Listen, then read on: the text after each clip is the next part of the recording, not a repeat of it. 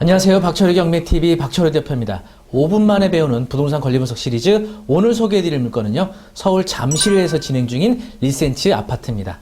이 리센치 아파트가 유찰이 상당히 많이 이루어지고 있어서 많은 분들이 관심을 받고 있는데요. 이 부분에 대해서는 지난 영상에서도 설명을 드렸는데 그 영상 이후에도 계속 유찰이 이루어지고 있습니다. 그래서 이 리센치에 대해서 다시 한번 좀 설명을 드리고자 영상 촬영하게 됐고요. 입찰을 준비하거나 또 관심 있는 분들이 꼭 이 영상 확인해 보시기 바라겠습니다.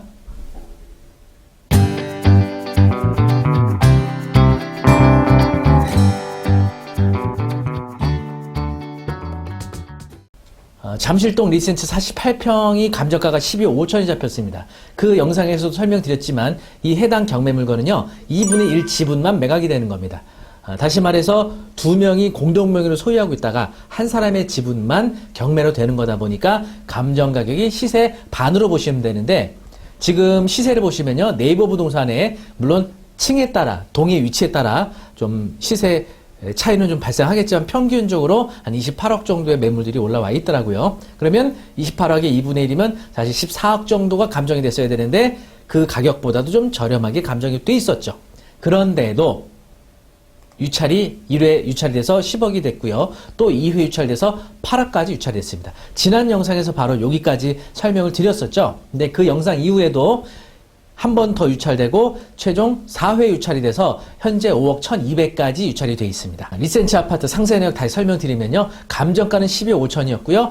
현재 최저가 5억 1200, 감정가 대비 41%, 굉장히 유찰이 많이 된 상태죠. 매각기일은 12월 7일 월요일이고요. 전용 면적은 124제곱미터, 공급 면적은 158제곱미터, 평수로 환산하면 48평 아파트가 되겠습니다. 그러면 일단은 권리 분석을 좀 먼저 해보고 자세하게 설명드리겠습니다. 자, 말소 기준 등기는요, 2019년 4월 17일 설정된 가압류입니다. 이 가압류가 경매가 개시된 그 채무자의 지분에만 설정돼 있었던 가압류죠. 요게 이 채무자 지분의 말소 기준 등기가 되겠죠. 자, 그 다음에 알아봐야 될 거 바로 점유관계입니다. 자, 점유관계 확인해 보시면요, 2018년도 10월 18일 전입된 임차인이 있습니다. 자, 이분 보시면 말소 기준 등기와 전입 날짜 비교해 보시면 전입 날짜가 빠르죠. 이런 임차인은 대항력이 있다라고 할 수가 있죠. 자, 대항력인 임차인에서 중요한 거 뭐가 있죠? 바로 권리신고와 배당 요구 여부죠. 자, 그러면 이 임차인이 권리신고 및 배당 요구를 했는지 함께 알아볼 건데요. 바로 배당 요구 또는 권리 분석을 할 수 있는 법원에서 공시하고 있는 자료, 바로 매각 물건 명세서죠. 함께 보도록 하겠습니다. 네, 법원에서 공시하고 있는 물건 명세서고요. 아래쪽으로 내려보시면 여기 점유자 성명은 제가 비공개 처리했고요. 보시면 권리신고를 했어요. 권리신고. 자, 보세요. 보증금 13억이죠. 그리고 전입날짜 2018년도 10월 18일이죠. 확정일자 10월 8일이죠. 근데 배당 요구, 여기 이쪽에 배당 요구 여부 쪽에 보시면 현재 공란으로 돼 있죠. 그리고 더욱이 아래쪽에 보시면 좀 확대를 해드릴게요. 법원에서 배당 요구는 하지 않았다고 이렇게 명시까지 해놨죠. 그래서 이 임차인은요, 권리신고만 했지 배당 요구하지 않은 겁니다. 다시 말하면 법원에 자신의 보증금액이 13억이라고 신고만 하고 법원에다가 저 배당을 해주세요라는 배당 요구 신고서는 제출하지 않은 거예요. 이런 경우에는 낙찰받은 사람이 임차인의 보증금을 인수를 해야 되는 거죠. 자, 그러면 지분 매각이기 때문에 낙찰받은 사람과 이 임차인과 관계 어떻게 우리가 이해할 수 있는지 설명드리도록 하겠습니다. 자, 그러면 낙찰받은 사람이 임차인의 보증금을 얼마를 인수해야 되느냐? 자, 이거 계산해 보겠습니다. 낙찰받은 사람이 임차인에 대해서요, 13억 전액을 인수하는 게 아니고요, 지분 비율대로 인수하게 됩니다. 따라서 13억에 대해서 2분의 1을 인수하게 되면요, 6억 5천을 인수한다고 할 수 있죠. 그러면 낙찰을 만약에 최저가인 5억 1200에 낙찰받는다. 그러면 6억 5천만 원 인수금액을 더하게 되면 최종적으로 취득하는 금액은 11억 6200만 원이 되는 거죠. 그러면 현재 부동산에 나오는 호가 기준에서 28억의 2분의 1이면 14억인데 요 정도면 괜찮다고 볼 수도 있는 금액이겠죠. 자, 그런데 이게 끝이 아니고요. 하나 더 알아둬야 될 사항이 있습니다. 바로 이 거주하고 있던 임차인이 임대차 기간 종료 후 나갈 때 보증금 반환을 해줘야 되는데 내가 낙찰받은 사람은 2분의 1 소유자니까 6억 5천만 원 줘도 되는데 이게 끝이 아니고요. 이런 문제가 생길 수가 있습니다.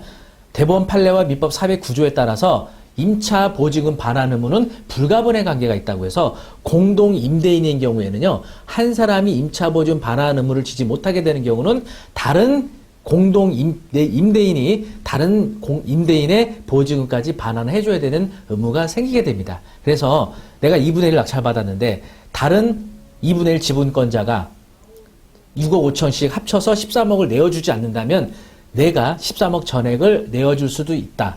다만 이 보증금 6억 5천을 지불해주지 않은 다른 지분권자에게 구상권을 청구할 수는 있겠죠.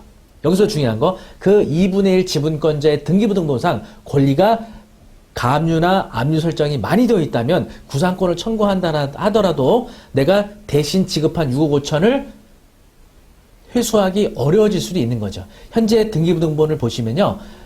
경매 채무자 아닌 다른 지분에 대한 권리관계 보시면 가압류 소액으로 한 건만 설정이 되어 있더라고요. 근데 나중에 어떻게 될지는 모르죠. 자, 그리고 일단은 잠실은 토지거래 허가구역으로 지정이 되어 있죠. 자, 그리고 토지거래 허가구역인 경우는 주거용 부동산에 대해서 소유권 취득 후 실거주 2년을 해야 되죠. 자, 경매로 낙찰받았을 때 허가 받아야 되나요?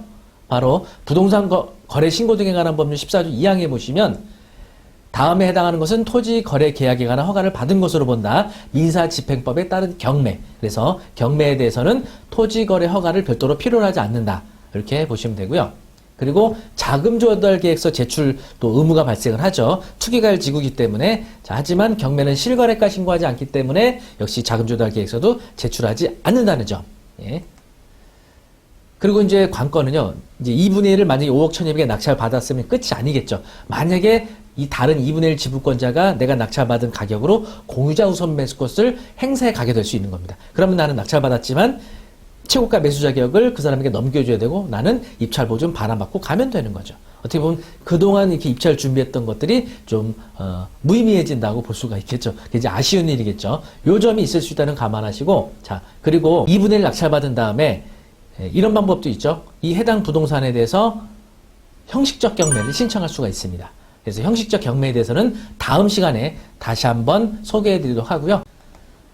네, 조금 어려운 내용일 수도 있나요? 네, 요런 부분들에 대해서는요, 좀 경매 공부를 하시면 어렵지 않게 다 익숙하게 익혀나가실 수가 있습니다. 그래서 경매에 대한 궁금한 사항은 네이버 카페 박철효 경매 아카데미, 그리고 유튜브 박철효 경매 TV 많은 시청 바라겠습니다. 영상이 좋으셨다면 구독, 좋아요, 알람 설정까지 부탁드리겠습니다.